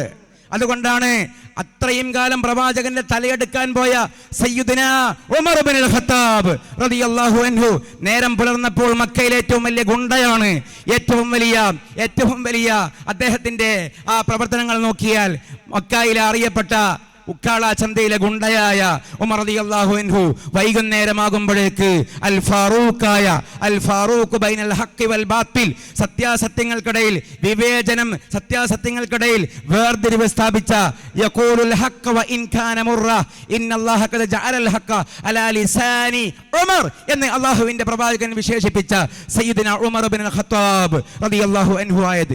ഏത് മനുഷ്യനെയും സുച്ചിട്ട പോലെ മാറ്റാൻ കഴിയുന്ന ഏക കാര്യം ആത്മാവ്, ഏക കാര്യം റൂഹ്. ബാക്കിയൊക്കെ വ്യത്യാസമാണ്. നിറം വ്യത്യാസമാണ്, ഭാഷ വ്യത്യാസമാണ്, പ്രദേശം വ്യത്യാസമാണ്. ഇറാനിയനെയും അമേരിക്കക്കാരനെയും 1000 തവണ പാകിസ്ഥാനിലെ ടേബിളിൽ ഒരുമിപ്പിച്ചാലും മാനസികമായി ഐക്യപ്പെടാൻ കഴിയില്ല. ഇല്ലാ ബിറൂഹാനിയ, റൂഹ് കൊണ്ടല്ലാതെ, സ്പിരിച്വാലിറ്റി കൊണ്ടല്ലാതെ. ഇസ്രായേൽക്കാരനെയും ഇറാനിയനെയും ലോകത്തെ ഏത് ഡിപ്ലോമാറ്റിന്റെ മേശക്ക് ചുറ്റിലും ഒരുമിച്ച് കൊണ്ടുവന്നാലും 4 മാസമോ 5 മാസമോ സീസ് ഫയർ വരും, 6-ാം മാസം വീണ്ടും പൊട്ടും. ഒരു കാര്യം നടന്നാൽ മാത്രമേ സീസ് ഫയർ ഉണ്ടാവൂ. ആത്യന്തികമായി അവരെ അടുപ്പിക്കേണ്ടത് ആത്മീയമായിട്ടാണ്. അതുകൊണ്ടാണ് 40 കൊല്ലം ഒട്ടകം വേലി ചാടിയതിന്റെ പേരിൽ യുദ്ധം ചെയ്ത ഖസ്റജ് ഗോത്രങ്ങളെ പ്രവാചക തിരുമേനി സ്വല്ലല്ലാഹു അലൈഹി വസല്ലം സുച്ചുട്ട പോലെ ഐക്യത്തിന്റെ, രഞ്ജിപ്പിന്റെ, ഒരുമയുടെ, മമതയുടെ, പരസ്പരമുള്ള ഏകോദര സഹോദര്യത്തിന്റെ മാലയിലേക്ക് കോർത്തത്. ഞാൻ പറയുന്നതിന്റെ ആകെ ആശയം ആളുകളെ അടുപ്പിക്കേണ്ടത് ആത്മീയതയിലേക്കാണ്. ആളുകളെ കൊണ്ടുവരേണ്ടത്, ആളുകളെ ആകർഷിക്കേണ്ടത് ഇന്ന് സമൂഹത്തിന് ഇല്ലാതെ പോയത് അടിസ്ഥാനപരമായ ആത്മീയതയാണ്. അടിസ്ഥാനപരമായ അള്ളാഹുവിനെ സംബന്ധിക്കുന്ന ഓർമ്മയാണ്. അള്ളാഹുവിനെ സംബന്ധിക്കുന്ന അറിവിൻ്റെ, ഓർമ്മയുടെ, തിരിച്ചറിവിൻ്റെ വ്യവസ്ഥാപിതമായ പേരുമാണ് ഈ ആത്മീയത എന്ന് പറയുന്നത്. ഞാൻ അവിടെ നേരത്തെ പറഞ്ഞു, അമിതമായി സമുദായം എന്ന് പറയൽ അത് ഇസ്ലാമിൻ്റെ വഴിയല്ല എന്ന് പറഞ്ഞത് തെറ്റിദ്ധാരണയുടെ ഒരു പ്രയോഗമായി മാറാൻ പാടില്ല. ഞാൻ പറഞ്ഞത് സമുദായം പറയുന്നതിൻ്റെ മീതെ അള്ളാഹുവിനെ കൂടി പറയുമ്പോഴാണ് മുസ്ലിം ഉമ്മത്തിൻ്റെ വഴിയും മുസ്ലിം ഉമ്മത്തിൻ്റെ മെസ്സേജും കൃത്യമാകുന്നത്. വളരെ പ്രിയങ്കരനായ പാറക്കൽ അബ്ദുള്ള സാഹിബ് നേരത്തെ പ്രസംഗിക്കുകയുണ്ടായി. വളരെ പ്രസക്തമായ വാക്കാണ് അദ്ദേഹം പറഞ്ഞത്. പൊതുസമൂഹത്തിൻ്റെ ഇടയിൽ ഇസ്ലാമിൻ്റെ സന്ദേശം അവർക്ക് കൺവിൻസിബിൾ ആയ രൂപത്തിൽ അവതരിപ്പിക്കുവാൻ ഇതേപോലെയുള്ള സംവിധാനങ്ങളുടെ ഉൽപ്പന്നങ്ങൾക്ക്, അതിൻ്റെ ഉപയോക്താക്കൾക്ക് സാധിക്കേണ്ടതുണ്ട്. എങ്ങനെയാണ് സാധിക്കുക? അത് സാധിക്കുക കേവലം സമുദായം മാത്രം പറയുക വഴിയല്ല. അള്ളാഹുവിനെ കുറിച്ച് പറയുക, അള്ളാഹുവാണ് സത്യമെന്ന് പറയുക, അവൻ്റെ ആശയം പറയുക, അവൻ്റെ ആശയം പരിചയപ്പെടുത്തിയ മുഹമ്മദുർ റസൂലുള്ളാഹി സ്വല്ലല്ലാഹു അലൈഹി വസല്ലമയെ പറയുക. മുഹമ്മദുർ റസൂലുള്ളാഹി സ്വല്ലല്ലാഹു അലൈഹി വസല്ലം എന്ന് പറയുന്ന മാസ്റ്റർ കോപ്പിയെ സമൂഹത്തിൽ ഇംപ്ലിമെന്റ് ചെയ്ത, അപ്ലൈ ചെയ്ത ഇസ്ലാമിന്റെ അയിമ്മത്തിനെ പറയുക. അയിമ്മത്തിന്റെ സലഫുസ് സ്വാലിഹീങ്ങളുടെ, മദ്ഹബിന്റെ ഇമാമിങ്ങളുടെ, സൂഫികളുടെ, ത്വരീഖത്തിന്റെ മശായിഖന്മാരുടെ വഴികളെ പറയുക. ആ വഴികളെ പറഞ്ഞാൽ ഇവിടെ നേരത്തെ ഞാൻ സൂചിപ്പിച്ചതുപോലെ ഇസ്ലാമിന്റെ തിയോളജിയെ സംബന്ധിക്കുന്ന സംശയമുണ്ടാവുകയില്ല, സംശയത്തിന് പ്രസക്തിയുമില്ല. അന്നന്ന് അറിവ് വർദ്ധിക്കുന്ന തരത്തിൽ ഇവിടെ ഗവേഷണ കേന്ദ്രങ്ങൾക്കുള്ള ധാരാളം സൗകര്യമുണ്ട്. ഞാൻ ദീർഘിപ്പിക്കുകയല്ല, അത്ഭുതപ്പെട്ടു പോകും. ഞാൻ ഒരു തവണ മാത്രം നടന്നു കണ്ടപ്പോൾ എൻ്റെ റഹ്മാനി സഹോദരങ്ങളോട് ഏത് വികാരമാണ് തോന്നേണ്ടത് എന്നുള്ള കാര്യത്തിൽ മാത്രമായിരുന്നു എനിക്കുണ്ടായ സംശയം. മതിപ്പാണോ, അതേസമയം അസൂയാണോ, അതേസമയം ആദരവാണോ, എല്ലാം സമ്മിശ്രമായി പ്രവഹിച്ചൊരു മുഹൂർത്തമായിരുന്നു അത്. ഇവിടെയുള്ള സാധാരണ അറബി കോളേജുകളിലും മഹല്ലുകളിലും സ്ഥാപനങ്ങളിലും ജോലി ചെയ്യുന്ന, അതേപോലെ വളരെ ന്യൂനപക്ഷമാണെങ്കിലും വലിയ വലിയ കമ്പനികളിലും മറ്റും ജോലി ചെയ്യുന്ന നമ്മുടെ കൂടെയുള്ള റഹ്മാനി സഹോദരന്മാർ, ആ റഹ്മാനി സഹോദരന്മാർ ഇവിടെ സമർപ്പിച്ചത് കേവലം സാമ്പത്തികമായിട്ടുള്ള വിഭവം മാത്രമല്ല. ഇവിടെ സമർപ്പിച്ചത് മനസ്സെന്ന് പറയുന്ന, ചിന്ത എന്ന് പറയുന്ന, ആലോചന എന്ന് പറയുന്ന ഏറ്റവും പ്രധാനപ്പെട്ട ഒരു ക്യാപിറ്റലാണ്. ടൈം എന്ന് പറയുന്ന ഏറ്റവും പ്രധാനപ്പെട്ട ഏറ്റവും പ്രധാനപ്പെട്ട ക്യാപിറ്റലാണ് റഹ്മാനികൾ ഇൻവെസ്റ്റ് ചെയ്തത്. അതുകൊണ്ടാണ് 9 കൊല്ലം കാത്തിരുന്നിട്ട് കടിഞ്ഞൂൽ പേറിന്റെ എല്ലാ പ്രയാസങ്ങളും സഹിച്ചുകൊണ്ട് ഇന്നീ രാത്രിയിൽ ഇത്ര മനോഹരമായി ഈ പാർക്ക് ഇവിടെ തിളങ്ങുമ്പോൾ അതിന്റെ ഗുണഫലം, അതിന്റെ ഹൈറ്, അതിന്റെ വെളിച്ചം അനുഭവിക്കുന്നത് ഇതിന്റെ പിറകിൽ പ്രവർത്തിച്ച അറിയപ്പെട്ടവരും പെടാത്തവരുമായ, നിശബ്ദരും ശബ്ദമുള്ളവരുമായിട്ടുള്ള നൂറുകണക്കിന് സഹോദരന്മാരാണ്. ആ സഹോദരന്മാരെ പര്യാപ്തപ്പെടുത്തിയ സഹോദരിമാരാണ്, ഉമ്മ പെങ്ങന്മാരാണ്. അറിയപ്പെട്ടവരെക്കാൾ ഏറെ അറിയപ്പെടാത്ത ആളുകളായിരിക്കാം. എല്ലാവരും അള്ളാഹുവിന്റെ വഴിയിലാണ് സമ്മേളിച്ചിരിക്കുന്നത്. എല്ലാവരും അള്ളാഹുവിന്റെ വഴിയിലേക്കാണ് ഈ വലിയൊരു ദൗത്യത്തെ സമൂഹത്തിന് മുമ്പിൽ സമർപ്പിക്കുന്നത്. ഈ സമർപ്പിക്കപ്പെട്ട ഈ സൗധം, ഇതിന്റെ ഗുണഫലം കൊണ്ട്, ഇതിന്റെ പ്രൊഡക്ടിവിറ്റി, ഇതിന്റെ പ്രത്യുൽപ്പന്നപരത ഒരിക്കലും അവസാനിക്കാത്ത വിധം അനവരതം അപങ്കുരം തുടർന്നേ പോകുവാൻ അല്ലാഹു സുബ്ഹാനഹു വ തആല ഇതിന്റെ പ്രവർത്തകന്മാരെ, മലയാള മുസ്ലിം ഉമ്മത്തിനെ, സമസ്ത കേരള ജമിയത്തുൽ ഉലമയെ, അതിന്റെ സ്നേഹികളെ, അനുഭാവികളെ, പ്രവർത്തകന്മാരെ അനുഗ്രഹിക്കുമാറാകട്ടെ എന്ന് പ്രാർത്ഥിക്കുകയാണ്. ബഹുമാനപ്പെട്ട സയ്യിദുൽ ഉലമ ഉദ്ഘാടനം ചെയ്ത് നമ്മെ ധന്യമാക്കി പോയി. സയ്യിദുൽ ഉലമ വലിയ ഇത്തരം വിഷയങ്ങൾക്ക് വലിയ മാതൃകയുള്ള ഒരു മനുഷ്യനാണ്. ഇവിടെ തൊട്ട് മുമ്പ് 1-2 കൊല്ലം മുമ്പ് ഒരു സംവാദത്തിന്, ഞാൻ സംവാദത്തെ പ്രോത്സാഹിപ്പിക്കുന്ന ഒരാളല്ല, സംവാദത്തിന് ഞാൻ പോയിരുന്നു ഇന്ന് കേരളത്തിൽ അറിയപ്പെട്ട ചില നിരീശ്വരവാദികളോട് സംസാരിക്കാൻ. അങ്ങനെ അവസാനം ഒരു അത്യാവശ്യമൊക്കെ ഒരു പക്ഷേ വിശുദ്ധ ഇസ്ലാമിൻ്റെ അടിസ്ഥാനപരമായ വിശ്വാസങ്ങൾ ചോദ്യം ചെയ്യപ്പെട്ടേക്കാം, അതിന് സാധ്യതയുണ്ട് എന്നെനിക്ക് തോന്നിയ ഒരു സംവാദത്തിന് പോകുന്ന അന്ന് രാവിലെ ഞാൻ സയ്യിദുൽ ഉലമയെ ഫോൺ ചെയ്തു. അദ്ദേഹം ഫോൺ അറ്റൻഡ് ചെയ്ത് ഞാൻ വിഷയം പറഞ്ഞപ്പോൾ അദ്ദേഹം സൂചിപ്പിച്ച കാര്യം ഞാൻ ഈ പറഞ്ഞ കാര്യമാണ്. സംവാദത്തിന് പോകുന്നതൊക്കെ കൊള്ളാം, ശ്രദ്ധിച്ച് മറുപടി പറയണം. കാരണം അവർക്ക് നമുക്കാണ് ശ്രദ്ധിക്കാനുള്ളത്. മേപ്പുരയുള്ളവനെ തീപ്പൊരി പേടിക്കേണ്ടതുള്ളൂ. അവർക്കൊക്കെ എന്തും പറയാം, ഉത്തരവാദിത്തമില്ല. വായിൽ തോന്നിയത് കോതക്ക് പാട്ടാക്കാം. അദ്ദേഹത്തിൻ്റെ വാക്കല്ലത് ആശയമാണ്. അതേസമയം നമ്മൾ അങ്ങനെയല്ല. നമ്മൾ എന്താണ് പറയുന്നത് എന്നതിനെ സംബന്ധിച്ച് ഉത്തരവാദിത്ത ബോധം ഉണ്ടാകണം. അതുകൊണ്ട് നീ ഏറ്റതല്ലേ, പോയി വാ, ശ്രദ്ധിക്കണം എന്ന് പറഞ്ഞു. പിന്നീട് അദ്ദേഹം കണ്ടപ്പോൾ പറഞ്ഞു, അത് ആവശ്യമാണെങ്കിൽ ചെയ്യുക എന്നുള്ളതല്ലാതെ അത് ഒരു പാഷനായി, അല്ലെങ്കിൽ അതൊരു പ്രധാനപ്പെട്ട ഒരു അജണ്ടയായി കൊണ്ടു നടക്കേണ്ട ഒരു സംഗതിയല്ല. എന്തുകൊണ്ടെന്നാൽ ജീവിതം കൊണ്ടാണ് ഇസ്ലാമിനെ കൊണ്ടുവരേണ്ടത്. അത് അദ്ദേഹത്തിൻ്റെ വഴിയാണ്. അദ്ദേഹത്തിന് കൃത്യമായിട്ട് ഇതിൻ്റെ പോളിസി അറിയാം. ഒരിക്കൽ അദ്ദേഹത്തോട് പത്രക്കാർ ചോദിച്ചിട്ടുണ്ട്, മുസ്ലിം സമൂഹത്തെ പണ്ടൊന്നുമില്ലാത്ത വിധം ആളുകൾ ആക്രമിക്കുന്ന, എതിർക്കുന്ന, ഇസ്ലാമോഫോബിയ പരന്ന ഈ കാലഘട്ടത്തിൽ കുത്ത് അതിന്റെ ബാക്കി ഞാൻ പറയുന്നില്ല, അത് പ്രസക്തല്ല. ഇവിടെ എന്താ ചോദ്യം? പത്രക്കാർ ചോദിച്ചാണ്. മുമ്പൊന്നുമില്ലാത്ത വിധം മുസ്ലിം സമൂഹത്തെ എതിരാളികൾ ആക്രമിക്കുന്ന, ഇസ്ലാമോഫോബിയ പരന്ന ഈ കാലഘട്ടത്തിൽ, ബാക്കി അവിടെ പറയുന്നില്ല, അതിവിടെ വിഷയമായിട്ട് ബന്ധമില്ലാത്തതുകൊണ്ടാണ്. അദ്ദേഹം അവിടെ പിടിച്ചിട്ട് പത്രക്കാരോട് ചോദിച്ചു, നിങ്ങളിപ്പോൾ എന്താ പറഞ്ഞേ? മുമ്പൊന്നുമില്ലാത്ത വിധം മുസ്ലിം സമൂഹത്തെ ആക്രമിക്കുകയും ഇസ്ലാമോഫോബിയ പടരുകയും ചെയ്ത ഈ കാലെന്നോ? അങ്ങനെയൊന്നില്ല, മുമ്പുള്ള അത്രയൊന്നില്ല. ഇത് പറയാൻ ഒരു മനുഷ്യനെ പറ്റിയെങ്കിൽ ആ മനുഷ്യന്റെ പേരാണ് സയ്യിദുൽ ഉലമ. സയ്യിദുൽ ഉലമയ്ക്ക് അത് പറയാൻ കഴിയും, കാരണം അത് തിരിച്ചറിവാണ്. ഫിർഔന്റെ ശക്തിയുള്ള ഒരാളിന്നില്ല, നമ്രൂദിന്റെ ശക്തിയുള്ള ഒരാളിന്നില്ല, ഷദ്ദാദിന്റെ ശക്തിയുള്ള ഒരാളിന്നില്ല, അരിസ്റ്റോട്ടലിന്റെ ചെരുപ്പെടുക്കാൻ പറ്റിയ നിരീശ്വരവാദി എന്നില്ല, പ്ലാറ്റോയുടെ പൊടിക്ക് തികയുന്നൊരു നിരീശ്വരവാദി ഇന്നില്ല. വേണ്ട, MC ജോസഫിന്റെയും കലാനാഥന്റെയും ഇടമുറുകിന്റെയും നിലവാരമുള്ള നിരീശ്വരവാദി ഒരു എസൻസിലോ ഒരു ലിറ്റ്മസിലോ ഒരു കോളാമ്പിയിലോ വലതുപക്ഷത്തോ ഇടതുപക്ഷത്തോ നാസ്തികതയിൽ ഒരിടത്തും കേരളത്തിലില്ല, ലോകത്തില്ല. റിച്ചാർഡ് ഡോക്കിൻസ് ആണ് ഒരാൾ. ലോകത്തെ ഇന്നത്തെ നാസ്തികതയുടെ ഹെഡ് ആരാന്ന് ചോദിച്ചാൽ റിച്ചാർഡ് ഡോക്കിൻസ് ആണ്, സാം ഹാരിസ് ആണ്, ക്രിസ്റ്റഫർ ഹിച്ചൺ ആണ്, പീറ്റർ സിംഗർ ആണ്. ഇവരൊക്കെ ആരാ? നേരെ ചൊവ്വേ എന്താണ് നാസ്തികത എന്ന് വിശദീകരിക്കാൻ കഴിയാത്ത മനുഷ്യനാണ് റിച്ചാർഡ് ഡോക്കിൻസ്. ആധുനികത വലത് നാസ്തികതയുടെ പിതാവായ റിച്ചാർഡ് ഡോക്കിൻസ്. ഒരു കാര്യം ഞാൻ നിർത്താൻ പോയിട്ട് രണ്ടാമത്തെ വിഷയത്തിലേക്ക് വന്നാണ്. ഒറ്റ കാര്യം കൂടി, ഏതെങ്കിലും സഹോദരനെ തോന്നണ്ട വിവരവും വിദ്യാഭ്യാസവും ഉള്ളവരാണ് നിരീശ്വരവാദത്തിലേക്ക് പോവുക. അവരുടെ വീഡിയോസും ഡയലോഗുകളും ഫോളോ ചെയ്താൽ അവരോടുള്ള ബഹുമാനത്തിന്റെ അവസാന അംശവും ചോർന്നു പോകുന്നല്ലാതെ ഒരു ഇംപ്രഷൻ ഉണ്ടാവുന്ന തരത്തിൽ സംസാരിക്കുന്ന നിരീശ്വരവാദി ലോകത്തില്ല, എൻ്റെ ഒരു ചെറിയ അറിവിൽ. അതുകൊണ്ടാണ് ലോകത്തെ നിരീശ്വരവാദത്തിന്റെ അംബാസഡറായ ആധുനിക നാസ്തികതയുടെ പിതാവായ ഗോഡ് ഡില്യൂഷൻ എഴുതിയ റിച്ചാർഡ് ഡോക്കിൻസിനെ തന്നെ പരാമർശിക്കുന്നത്. അദ്ദേഹത്തോട് ഇവിടെ അൽ ജസീറ ചാനലിൽ മെഹദി ഹസൻ ചോദിച്ചൊരു ഇന്റർവ്യൂ ഇപ്പോഴുമുണ്ട്, സംസാരിക്കുന്ന ഈ നിമിഷത്തിലുമുണ്ട് യൂട്യൂബിൽ. മെഹദി ഹസൻ ഈ റിച്ചാർഡ് ഡോക്കിൻസിനോട് ചോദിക്കുന്നുണ്ട്, ദൈവമില്ല നിങ്ങൾ പറയുന്നുണ്ടല്ലോ, ദൈവമില്ല നിങ്ങൾ പറയുകയാണെങ്കിൽ പിന്നെ എവിടെ നിന്നാണ് ജീവൻ വന്നത്? ആഗോള നാസ്തികതയുടെ പിതാവിന്റെ മറുപടി എന്താണെന്നറിയോ? ജീവൻ വന്നത് വേറെ ഗ്രഹത്തിൽ നിന്നാവാം എന്ന് പറയുന്നുണ്ടല്ലോ. ഞാനതിലേക്ക് സാങ്കേതിക പദങ്ങളിലേക്ക് പോകുന്നില്ല, അതിന് പാൻസ്പെർമിയ തിയറി എന്നാ പറയാം. വേറെ ഗ്രഹങ്ങളിൽ നിന്ന് വന്നതാകാം ജീവൻ. എത്ര ദുർബലമായ വാദമാണ്! എവിടെയാണ് നാസ്തികതയുള്ളത്? എവിടെയാണ് ഖുർആനുള്ളത്? നമ്മൾ ഇന്നും മഗ്‌രിബിനെ നമ്മൾ ഇന്നും ഓതി അൽഹംദുലില്ലാഹി റബ്ബിൽ ആലമീൻ. സർവ്വ പ്രപഞ്ചങ്ങളുടെയും നാഥനാണ്, മൾട്ടിവേഴ്സിന്റെ ഉടമസ്ഥനാണ്.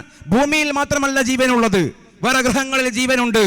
അവിടെ ഏലിയൻസ് ഉണ്ട്, എക്സ്ട്രാ ടെറസ്ട്രിയൽ ബീയിങ്സ് ഉണ്ട്. അവിടെയും വിചാരങ്ങളുള്ള അവിടെയും ഒരുപാട് എൻറ്റിറ്റീസ് ഉണ്ട്. ജീവവർഗം ഭൂമിയിൽ മാത്രമാണെന്ന് വിശുദ്ധ ഖുർആൻ ഒരിടത്തും പറയുന്നില്ല. യുസബ്ബിഹു ലില്ലാഹി മാ ഫിസ് സമാവാതി വമാ ഫിൽ അർദ്. വാനങ്ങളിലും ഭുവനങ്ങളിലും ഉള്ളത് അല്ലാഹുവിന്റെ തസ്ബീഹിലാണ്. ഞാൻ അങ്ങോട്ടേക്ക് വിഷയം കൊണ്ടുപോവുകയല്ല.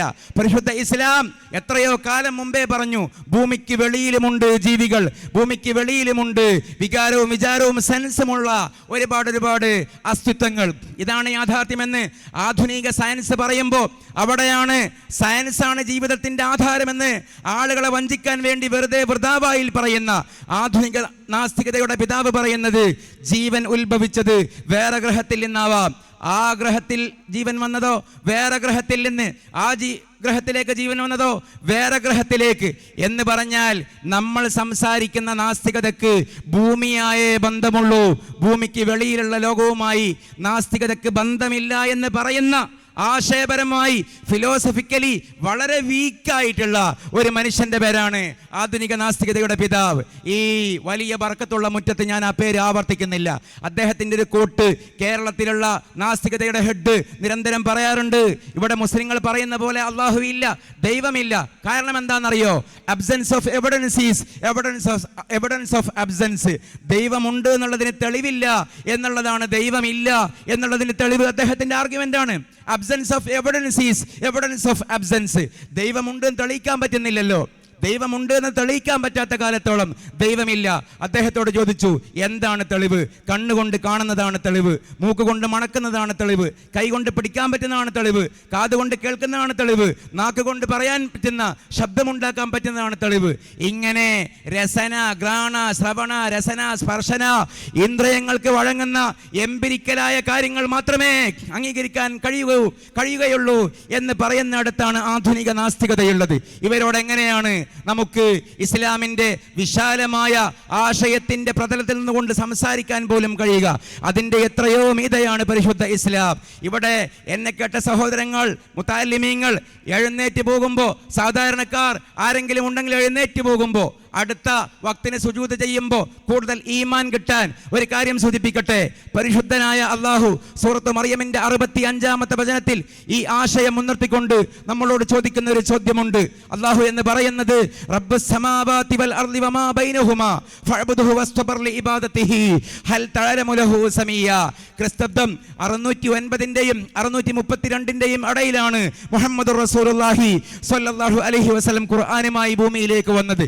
അന്നേ തന്നെ ഖുർആനിലുള്ള ചോദ്യമാണ് ഈ ചോദ്യം. എന്താണ് പറയുന്നത്? അള്ളാഹു എന്ന് പറയുന്ന മഹാശക്തി, മഹാസത്യം, മഹാസത്വം, ഈ തിയോളജിയുടെ ഖിബിലയായ അള്ളാഹു, വിശ്വാസത്തിന്റെ ആധാരമായ അള്ളാഹു, കണ്ണുകൊണ്ട് കാണാൻ കഴിയുന്നില്ലെങ്കിലും കാണാൻ പറ്റുന്നതിനേക്കാൾ സത്യമായ അള്ളാഹു, അചുംബിതമാണെങ്കിലും അനുഭവേദ്യമായ അള്ളാഹു, ആ മഹാ അള്ളാഹു നമ്മളോട് പറയുകയാണ്. അള്ളാഹു എന്ന് പറയുന്നത് റബ്ബുസ് സമാവാതി വൽ അർള്, ആകാശഭൂമികളുടെ വാനഭുവനങ്ങളുടെ രക്ഷിതാവാണ്.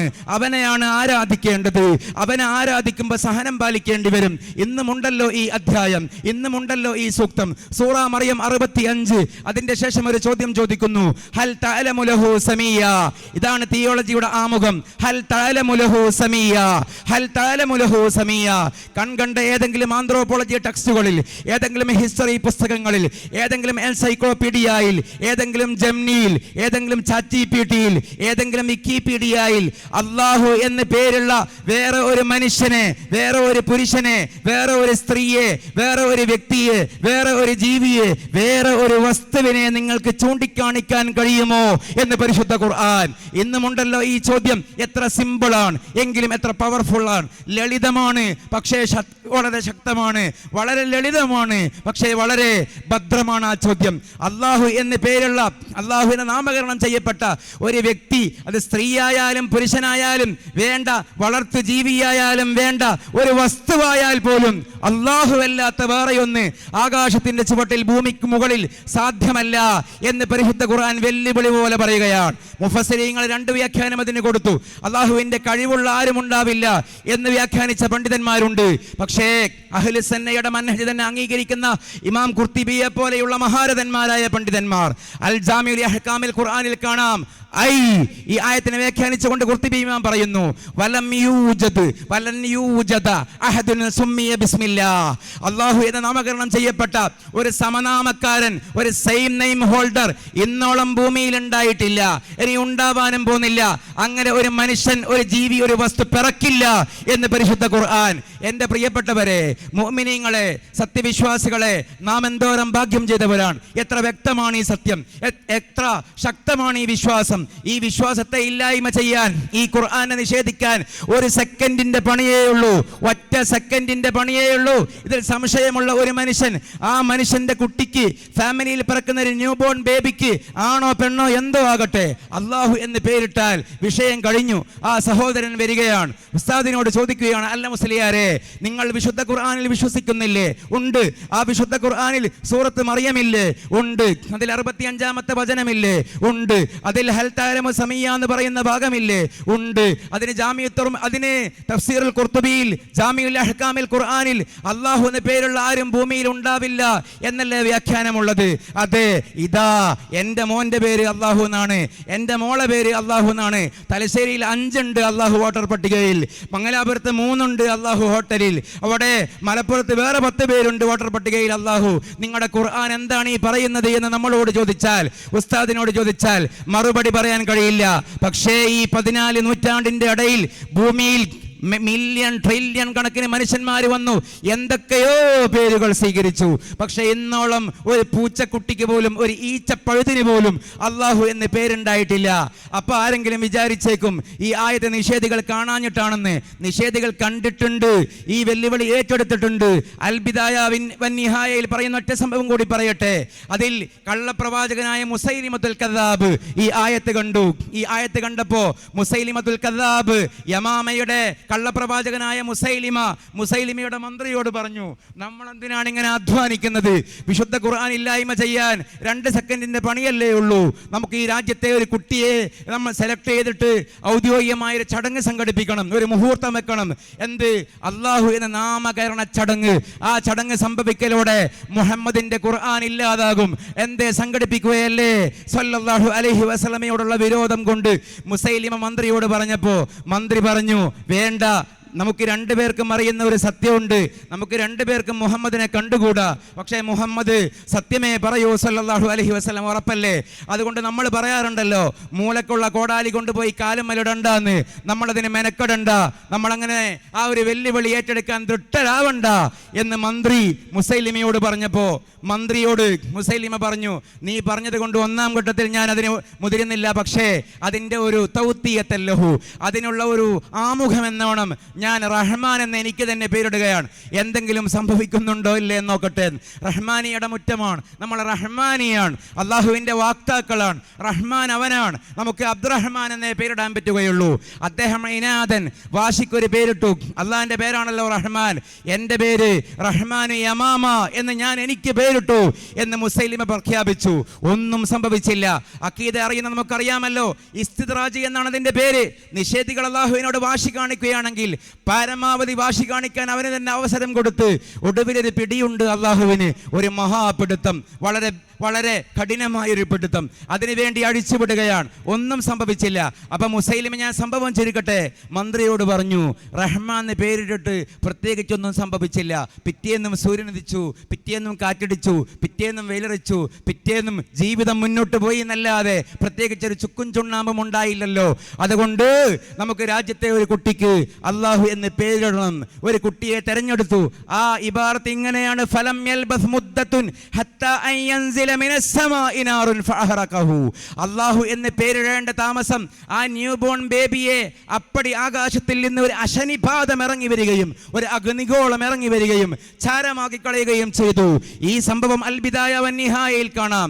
ഈ സംഭവം പരാമർശിക്കുന്നത് കൊണ്ടാണ് ഇബ്നു ഹജറുൽ ഹൈതമി തങ്ങൾ അദ്ദേഹത്തിന്റെ ഈ സംഭവം പറയുന്ന കിതാബിന് അസ്സവാഇഖുൽ മുഹരിക എന്ന് പേരിട്ടത്. ആ കിതാബിന്റെ പേരിന്റെ തന്നെ അർത്ഥം, പേരിന്റെ പോലും അർത്ഥം കരിച്ചു കളയുന്ന ഇടുത്തി എന്നാണ്. ഞാൻ പറയുന്നത്, അള്ളാഹു എന്ന് പേരിട്ടതിന്റെ പേരിൽ ഒരു കുരുന്ന് മരിച്ചുപോയില്ലേ എന്നും ചിന്തിക്കേണ്ട. ആ കുരുന്ന് സ്വർഗത്തിലേക്കാണ് പോയത്, അത് വേറെ വിഷയം. പക്ഷേ അങ്ങനെ ഒരു കുട്ടിയും അങ്ങനെ ഒരു വ്യക്തിയും അങ്ങനെ ഒരു ജീവിയും ഭൂമിയിൽ ഉണ്ടാകില്ല എന്ന വിശുദ്ധ ഖുർആന്റെ ശക്തമായിട്ടുള്ള വെല്ലുവിളിയെ നിഷേധിക്കാൻ വളരെ ദാഠ്യത്തോടുകൂടെ ഒരു നിഷേധി മുതിർന്നപ്പോ ഭൂമിയിൽ ഒരു സെക്കൻഡ് പോലും, ഒരു ഫ്രാക്ഷൻ ഓഫ് സെക്കൻഡ് പോലും അങ്ങനെ മറ്റൊരു അള്ളാഹു ആധാർ കാർഡിലും പാൻ കാർഡിലും വോട്ടേഴ്സ് ലിസ്റ്റിലും അള്ളാഹു എന്ന് പേരുള്ള പ്രോപ്പർ നൗണുള്ള ഒരു വ്യക്തി ഭൂമിയിൽ ഉണ്ടായില്ല. ഇതാണ് വിശുദ്ധ ഖുർആൻ പറയുന്നത്. ഹൽ തഅലമു ലഹു സമീയ. എന്തൊക്കെയോ പറയാനുള്ളതിൽ, ആയിരക്കണക്കിന് കടലുകളുള്ളതിൽ ഒറ്റ ഒരു സംഭവം, ജാഹിലായ എൻ്റെ ഓർമ്മയിലുള്ള ഒരു സംഭവം പറഞ്ഞത്, ഇങ്ങനെ ഒരു പാർക്കിന്റെ പ്രസക്തി എന്ത് എന്ന് ഇനിയും ആരെങ്കിലും ചിന്തിക്കുന്നുവെങ്കിൽ ഈ അള്ളാഹുവിനെ കുറിച്ച് സമൂഹത്തോട് പറഞ്ഞു കൊടുക്കണ്ടേ? ഈ അള്ളാഹുവിനെ കുറിച്ച് അജ്ഞരായ സമൂഹം മരണപ്പെട്ടു പോവുക എന്ന് പറയുന്നത് എത്രമേൽ നമ്മെ സംബന്ധിച്ചിടത്തോളം സങ്കടമുള്ള കാര്യമാണ്. അതുകൊണ്ട് ഈ അള്ളാഹുവിനെ പറഞ്ഞു കൊടുക്കേണ്ടത് അള്ളാഹുവിനെ അനുഭവിപ്പിച്ചുകൊണ്ടാണ്, അള്ളാഹുവിൻ്റെ പ്രഖ്യാപനങ്ങൾ ജീവിതത്തിൽ പകർത്തിക്കൊണ്ടാണ്. അതിനുവേണ്ടിയാണ് അഹ്ലു സുന്ന, അതിനുവേണ്ടിയാണ് ഹദ്ദാദ്, അതിനുവേണ്ടിയാണ് റാത്തീബ്, അതിനുവേണ്ടിയാണ് എന്ന് പോലും നമ്മൾ പറയുന്നത്. പുതിയ കാലത്തെ ആളുകൾക്ക് അതിനോടൊക്കെ പുച്ഛമാണ്. അതാണ് പ്രഖ്യാപനം.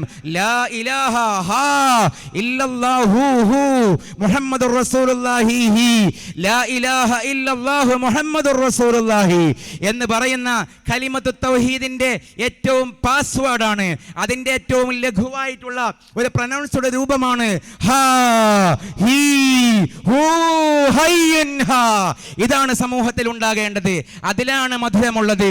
ഈ മധുരം അനുഭവിച്ചത് കൊണ്ടാണ് കേരളത്തിലെ മലബാറിലെ മാപ്പിള പോരാളികൾ സ്വാതന്ത്ര്യ സമരത്തിൽ പോലും പങ്കെടുക്കുമ്പോൾ കുത്തുബിയ്യത്ത് ഓതിയത്, റാത്തീബ് ഓതിയത്, മൗലീദ് ചൊല്ലിയത് അനുഭവിപ്പിച്ചുകൊണ്ട്, പ്രയോഗവൽക്കരിച്ചുകൊണ്ട്, കേവലം താത്വികമായി പറയാതെ, സംഘർഷങ്ങളില്ലാതെ, സംഘടനകളില്ലാതെ, പോർവിളികളില്ലാതെ, നിലവിളികളില്ലാതെ, കൊലവിളികളില്ലാതെ, സൗമ്യമായി അവധാനതയോടെ ഒരു വട്ടം അനുഭവിച്ചാൽ മറ്റൊരു വട്ടം കൂടി അനുഭവിക്കണമെന്ന് ഒരു മുസ്ലിമിനെ സംബന്ധിച്ച് ആ മുസ്ലിമിന് തോന്നുന്ന തരത്തിൽ സാംസ്കാരികമായ എംബഡിമെന്റ് ഓഫ് തിയോളജി, സാംസ്കാരികമായ തിയോളജിയുടെ ഒരു വ്യക്തിത്വവൽക്കരണങ്ങളാണ് സമൂഹത്തിൽ നടക്കേണ്ടത്.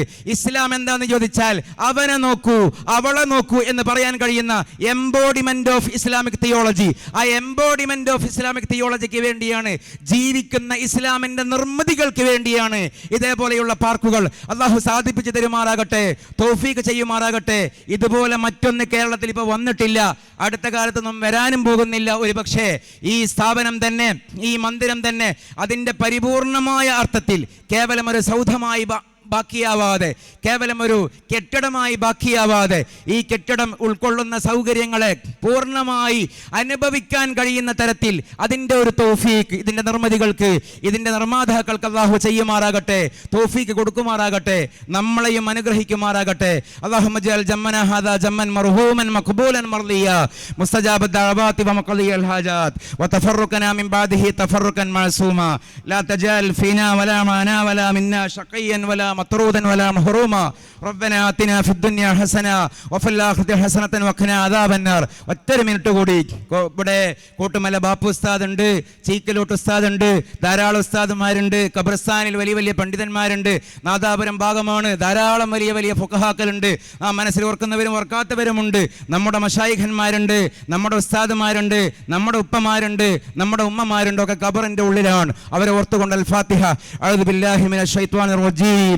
ബിസ്മില്ലാഹിർ റഹ്മാനിർ റഹീം. അൽഹംദുലില്ലാഹി റബ്ബിൽ ആലമീൻ അർറഹ്മാനിർ റഹീം മാലികി യൗമിദ്ദീൻ ഇയ്യാക നഅ്ബുദു വ ഇയ്യാക നസ്തഈൻ ഇഹ്ദിനസ് സിറാത്തൽ മുസ്തഖീം സിറാത്തൽ ലദീന അൻഅംത അലൈഹിം ഗൈറിൽ മഗ്ദൂബി അലൈഹിം വലദ്ദാലിൻ ആമീൻ. അല്ലാഹുവേ, ഞങ്ങൾ പറഞ്ഞതിൻ്റെ, കേട്ടതിൻ്റെ, ഇരുന്നതിൻ്റെ, ചെയ്തതിൻ്റെ, ഭാഗമായതിൻ്റെ, ഓതിയതിൻ്റെ എല്ലാത്തിൻ്റെയും പോരായ്മകൾ പരിഹരിച്ച് അല്ലാഹുമ്മ ബിഹഖിക ബിഫദ്ലി നബിയിക മുഹമ്മദിൻ സ്വല്ലല്ലാഹു അലൈഹി വസല്ലം ബാപ്പു ഉസ്താദ് അടക്കമുള്ള ഇവിടെ പരാമർശിക്കപ്പെട്ടവരും അല്ലാത്തവരുമായ, ഓർക്കുന്നവരും അല്ലാത്തവരുമായ എല്ലാ ഞങ്ങളിൽ നിന്ന് മരണപ്പെട്ടു പോയ ആത്മാക്കളിലേക്കും അർവാഹുകളിലേക്കും നീ എത്തിക്കണേ റബ്ബേ. റബ്ബനാ തഖബ്ബൽ മിന്നാ ഇന്നക അൻത സമീഉൽ അലീം വതബ് അലൈനാ ഇന്നക അൻത തവ്വാബുർ റഹീം. ഉസീകും ബിദ്ദുആ വആഖിറു ദഅവാന അൽഹംദുലില്ലാഹി റബ്ബിൽ ആലമീൻ. ഒരു പ്രസംഗമല്ലേ, ഏതെങ്കിലും വാക്ക്, ഏതെങ്കിലും പരാമർശം, ഏതെങ്കിലും പ്രയോഗം ആർക്കെങ്കിലും അലോസരമായെങ്കിൽ അഫ്വൻ, മനഃപൂർവ്വമല്ല, സോറി. അസ്സലാമു അലൈക്കും വറഹ്മത്തുള്ളാഹി വബറകാതുഹു.